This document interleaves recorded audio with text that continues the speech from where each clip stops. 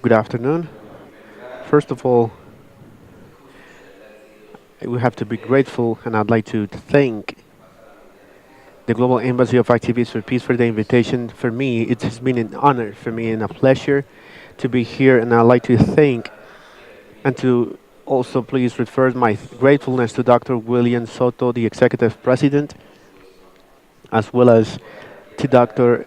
Gabriela Lara, General Director, and of course to all the women and to all the men that work in this project of the Activists for Peace, a project that is totally noble as it is to fight, to thrive, to get a most just world. The most important aim that our humanity can have is peace. Congratulations for what you do. Okay, I have to be brief. I have to tell you first I have to congratulate the auditorium. I am the 18th person speaking, and I see that all of you are here listening, paying attention. So I congratulate the interest, of course, that show a complete commitment.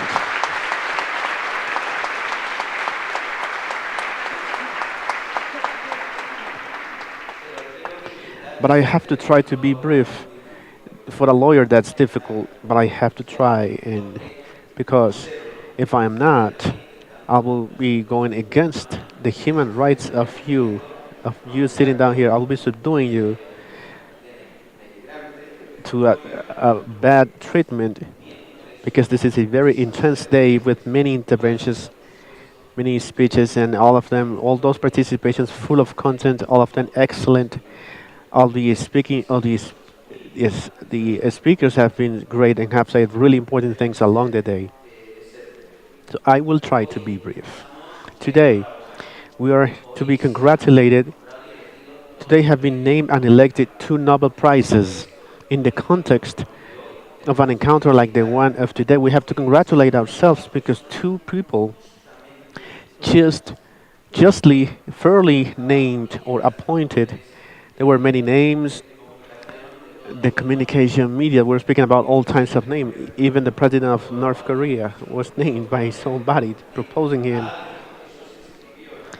That was written in some kind of communication media. It was not a politician. It has been two people, Denis Mukwege and Nadia Mura.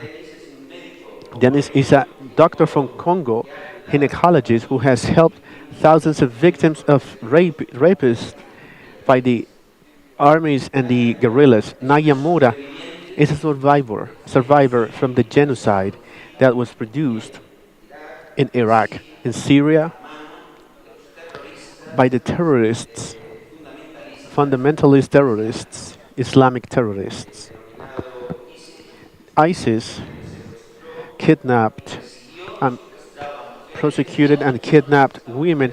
They would kidnap women and slave them as sexual slaves for their condition just because they weren't of the same religion, like it happened with the Christians and with the Yazidis. This one was kidnapped, sold, enslaved sexually, and she was able to escape from that terror, and she's fighting for the rights of all people that are subdued to that kind of behavior and of genocide of these Islamist terrorists. For Denis and Nadia Mura, my first words in this recognition, public recognition in this act and in this global summit for the peace.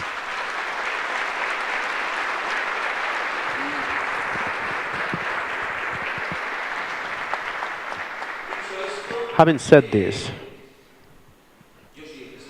I am the president of the International School of Lawyers. Briefly, this school is founded in 2012 in Montreal. As in its group, collective members that are the most important part of it is the School of Lawyers, institutions of law, collective members, as well as individual members. We support and fight for international justice. We support in favor of the International Criminal Court. We work, and above all, we work for the defense, for the principles and the values in which justice, international criminal justice is based. Principles and values that are nothing but the defense of human rights. We are a voice in the world, the International School of Lawyers, that claim and demand so that the people is not destroyed just because they belong to a group, a national group, racial group, ethnic or religious group, which is the same, not to commit genocides. We claim and we demand that in the world, the systematically civil populations are not attacked, causing murders, rapings, political prosecutions, arbitrary detentions, tortures, etc., etc., etc., and that this should not be done from the apparatus of the powers with the consentment. So what we ask is that there are not crimes against humanity, as well as the respect for the international humanitarian law, which means that no war crimes should be committed. And in conclusion, we claim that there should be peace, not war. We defend all that. It's the same path that you, as activists for peace, go through, which is defending human rights. Within the structure of my participation is two capital subjects I have been asked to speak on: education and justice as pillars for the promotion and defense of human rights. Pues miren ustedes, miren ustedes. My speech could finish just by repeating the title of the conference. The justice and education are pillars, basic pillars, as essential and imprescindible, indispensable for the promotion and defense of the human rights. Okay, with that I finished. I wouldn't have anything to say, anything else to say. That synthesized this word summarizes everything that my speech would be. So what I'm going to do right now is to make three reflections. Three reflections about some aspects that I consider to be risks for each one of these facets. Education, a reflection on national justice, and another one for international justice. We are fortunate to have two magistrates of the International Criminal Court, and that is a privilege for an auditorium. It's an honor for us to have them here. We have heard them with important participations. For international justice, I will also reflect. I am also always enthusiastic. I am a defender of the ICC and of the international criminal justice, and I fight for it for years.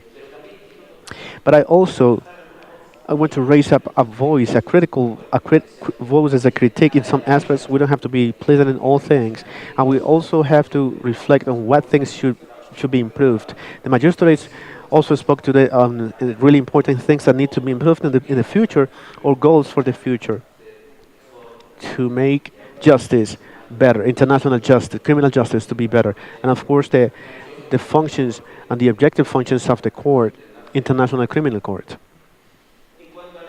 About education, a reflection.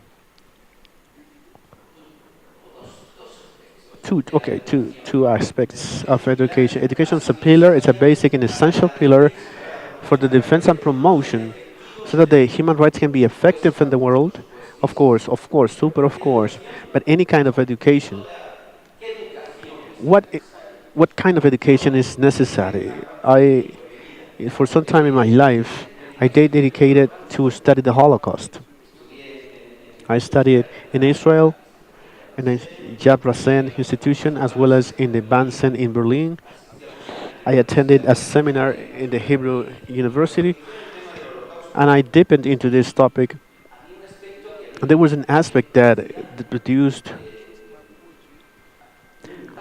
an impact in me, absolute impact in me in Germany. In Germany, since 1933 when Hitler comes in until 1939, that the regime lasts without a world war until 1945, In Germany, it was produced one of the greatest aberrations of the history of humanity, the creation of all that industry, all that machinery prepared and organized to destroy the Hebrew people, merely just for being that, for having the Jew religion, and they killed around 6 million Jew people during the Holocaust. This is one of the catastrophes and the shames of the history of humanity. There have been others, and more on some other tragedies on the hand of man, but this is one of the biggest along the history of humanity, unfortunately. But notice, what is my reflection? What was it that impacted me so much about the Holocaust, the Shoah? That the German people was on the side of the Nazi state. The immense majority were in agreed, they consented, they accepted this Holocaust in Germany, and the German people was one of the most educated ones of the world. In the 30s, in Germany, Germany was at the top, literature, music, and law. It was in the top line, and they would say, "I always thought the peoples without education are synonymous of this catastrophes to take place, and not where there is culture, not necessarily." And the example I am setting is radically true, and it's a historical truth that can be proven. The Holocaust, everything that happened, and the level of education that the German people had in the 30s. The 30s. What do I mean by this? Well, I could tell you some examples, but I could give you very many examples, many examples. Here, that we're in a forum here, a juridical forum, the most important jurists and the characters of the history of law and of the history of philosophy of Germany, of the world, of the world, they were next to Hitler. Carl Schmitz, that we all who study law is a reference for the constitutionalism. He was a scholar of public law at the University of Berlin, and he was at the service of the Nazis, making part of the Socialist National Party since 1933. He published articles about in favor of the law of Nuremberg. In 1936, I put this example. He produced a conference of the closure of the Congress of Professors of the University of the Federation, National Socialist Federation of the Defenders of the Law in October of 1936. Look at the subject of the Congress, where Carl Smith, when he gave the conference of closure, it was the subject was the Judaism in the science of the law. The closing conference has as a title the science of of the German government against the spirit, the Jew spirit. He finished the conference defending myself against the Jew. I fight the in my walk towards the Lord.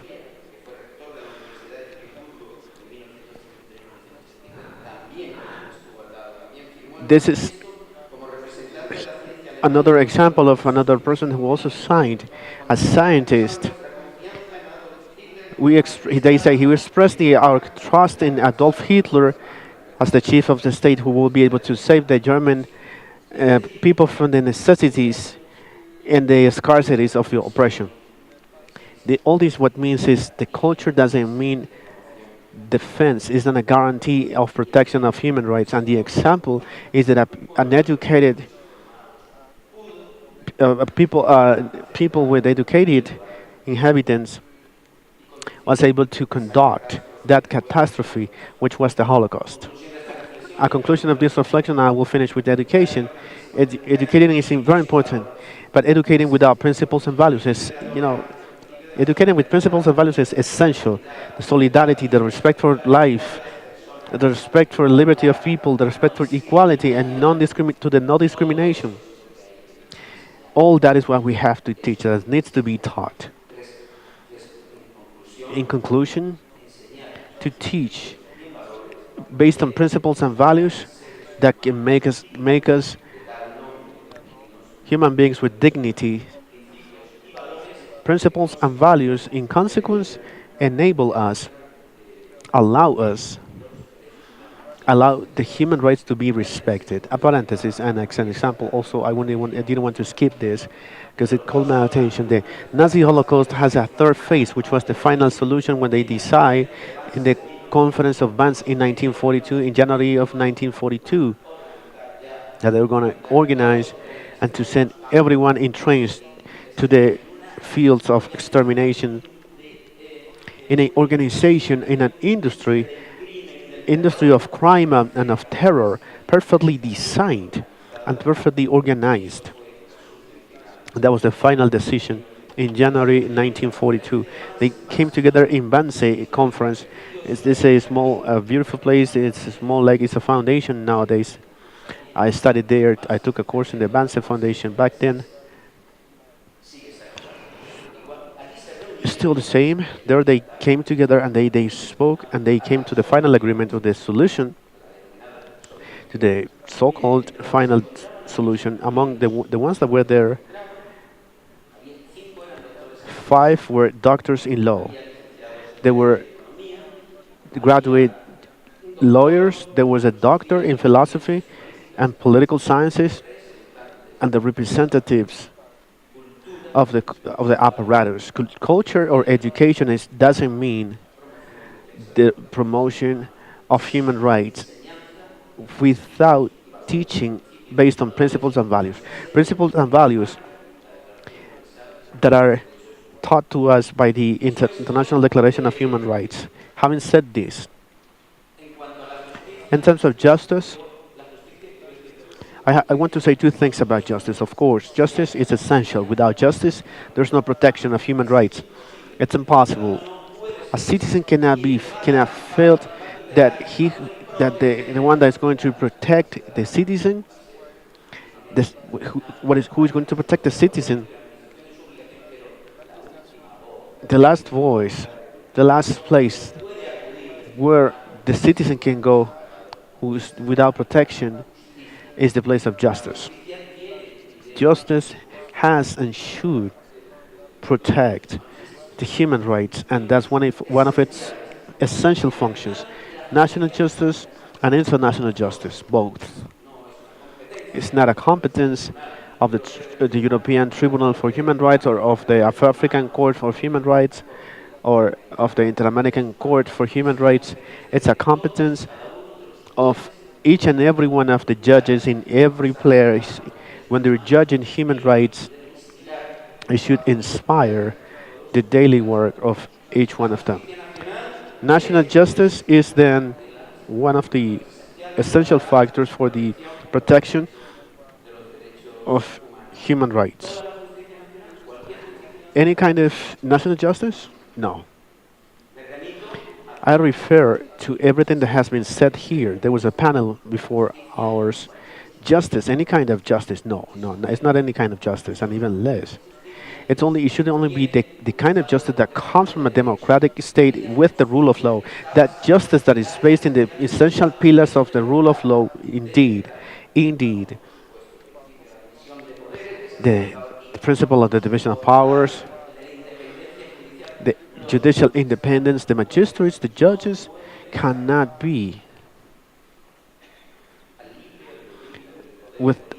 at the free will of the political power. They cannot be removed by the political power, just like it was very well explained here by all the speakers, by the president of the Tribunal of Costa Rica, the access to the judicial career, judges who have a professional career who cannot be removed and who are absolutely independent. That is the essential principle.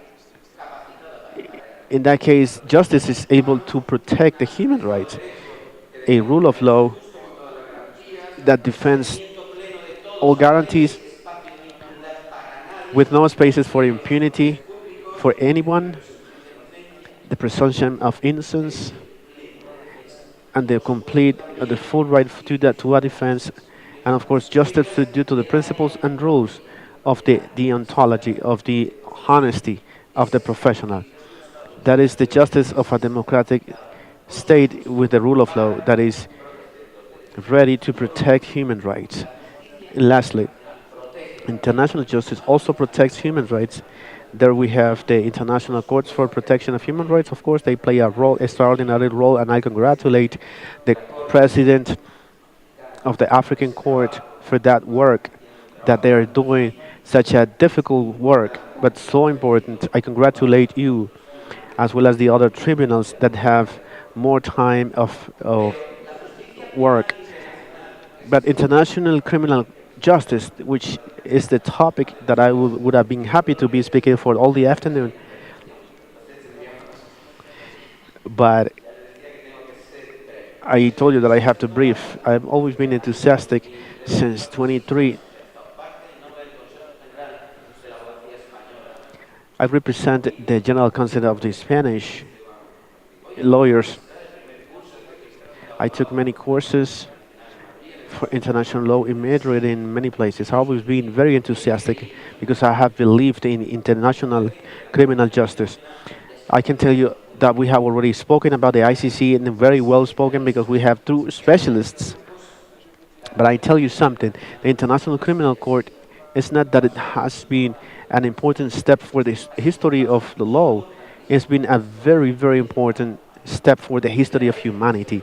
For the first time in humanity, for the first time, there is a permanent, independent, international tribunal with the universal philosophy, of course, respecting the principles of complementarity.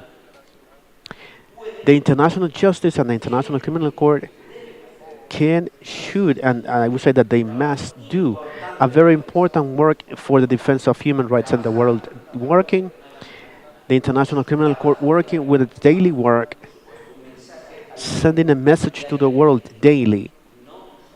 We cannot commit the most serious crimes against the international community, against humanity.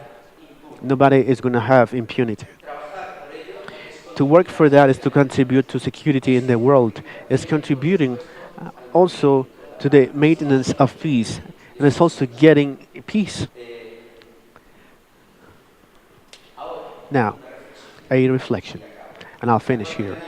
The International Criminal Court should not let down the expectations of the international community, especially of those who go to international criminal court as the only hope that they have as for protection in a world in which they are being destroyed or suffering or being victims of really serious violations of human rights. The only hope where people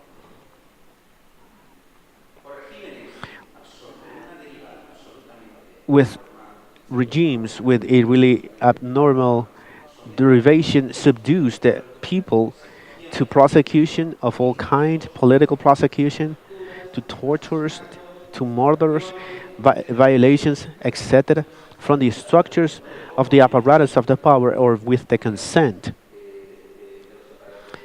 of the apparatus of power. There, the action of the ICC is also of protection of the human rights in the worst and the most serious cases of violation of human rights, and it also has a very important function to reaching peace and for the maintenance of peace, for keeping the peace. My critique: the prosecution of the ICC would have to reflect and think if they are doing well its job. Allow me to say this with all my respect. I know that they have been for many years with dedication and effort to focus on determined efforts. Some of them have been frustrated, some of them have been successful, but and they have taken important steps. So taking steps for successful investigations is always an important thing to do. We have also had the disappointment of 15 years of dedication and effort towards a person who was the president of Congo, Jean-Pierre Pemba, that the tribunal of the appealing room declared that he was not the perpetrator of the crimes for which he was sentenced in the first instance. Now the world see the prosecution of the ICC as something close, a case that is common, that is known, that is extremely serious. And I refer the case of Venezuela. I mean the case of Venezuela, because I want to say or cause a precedent in the international justice, in this case for the ICC. Until now, the ICC has investigated and has judged facts that happened in the past.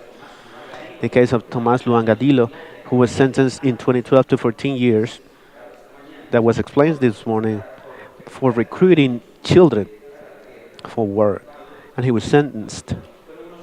Well, what were those facts that were produced between 2022 and 2002, 2003? In 2014, this person was sentenced to 12 years and for concrete facts of 24th of February of 2003. Now, the ICC, in this case, the prosecution, from my point of view, they have some facts that didn't have happen at a certain point of time and finish, but something that happened are still happening and continue to happen. And as an answer, this type of cases, the answer of the ICC in this type of cases should be different.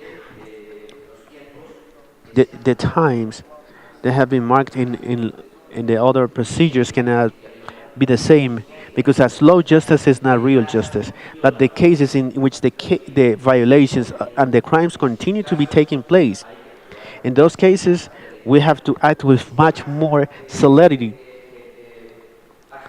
with much more agility and effectiveness. And I have to say, and I'll finish with this, that the times of those who suffer may not be the times of those officials in a tribunal.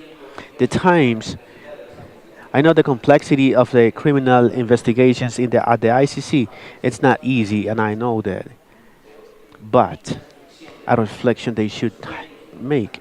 The times of those that suffer day by day require timely and agile and the fastest answers possible, and in the fastest possible way. I say that surely Spanish may have been an obstacle. I've been saying this, an obstacle. I think I have to say for years that at the ICC, Spanish should be a language for work. Why everything has to be inclined to English? I didn't know the data that only 13 lawyers of Latin America are in the list of the ICC. This Spanish has to be present, and we must get that the Spanish can be a work language. And the world is not only Anglo-Saxon; it's also Spanish. I will finish by saying that in the 20th century has been a terrible century, of course, but has been a very important century, with the 70th anniversary of the Declaration of Human Rights, the 20th anniversary of the creation of the ICC, all the tribunals, the Rome Statute, the international agreements, all the international texts that have been advances for humanity. Has been really important also. The 21st century in which we are, the globalization century, the advance of science, as well as the advance of all things that in all fields make life easier. However, genocides continue to take place. Crimes against humanity continue to happen. War crimes continue to happen. Something that is not understandable at the 21st century, that the humanity has had examples from the past to reflect in order to change. But there are still countries in which homosexuals are hanged from a crane and killed. There are still zones where women are killed by stones. There are Islamist terrorists with armies filling of blood and of terror zones in our country, in our world. There are still zones in which the countries don't respect the human rights. I'll finish with a reflection from Auschwitz. I wrote this.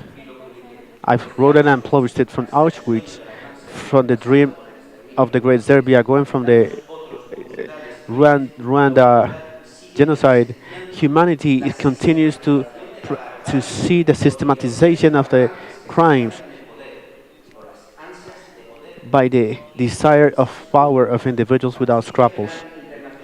International criminal justice complementing the internal systems should face in a definite way those terrible crimes. Not only impunity will be avoided, but will also contribute to have deterring effects.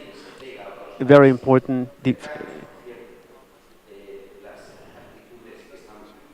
It is contagious to other countries. What happened in Venezuela? Impunity cannot be installed in those conducts that the humanity rejects. Current citizens and the generations to come need to have recorded in the pages of the history and in the pages of their lives that nobody should have ever accept the violation of human rights, that the offense to the principles that are basic for the development of the person in any place in the world and of their dignity and liberty, that they should have an answer in the universal justice. That we should always give answer, a juridic answer when peoples have been exterminated and there are many times crimes committed from the state. Francisco de Sales said, "Let the peace that we announce with our words be first in our hearts." Thank you very much.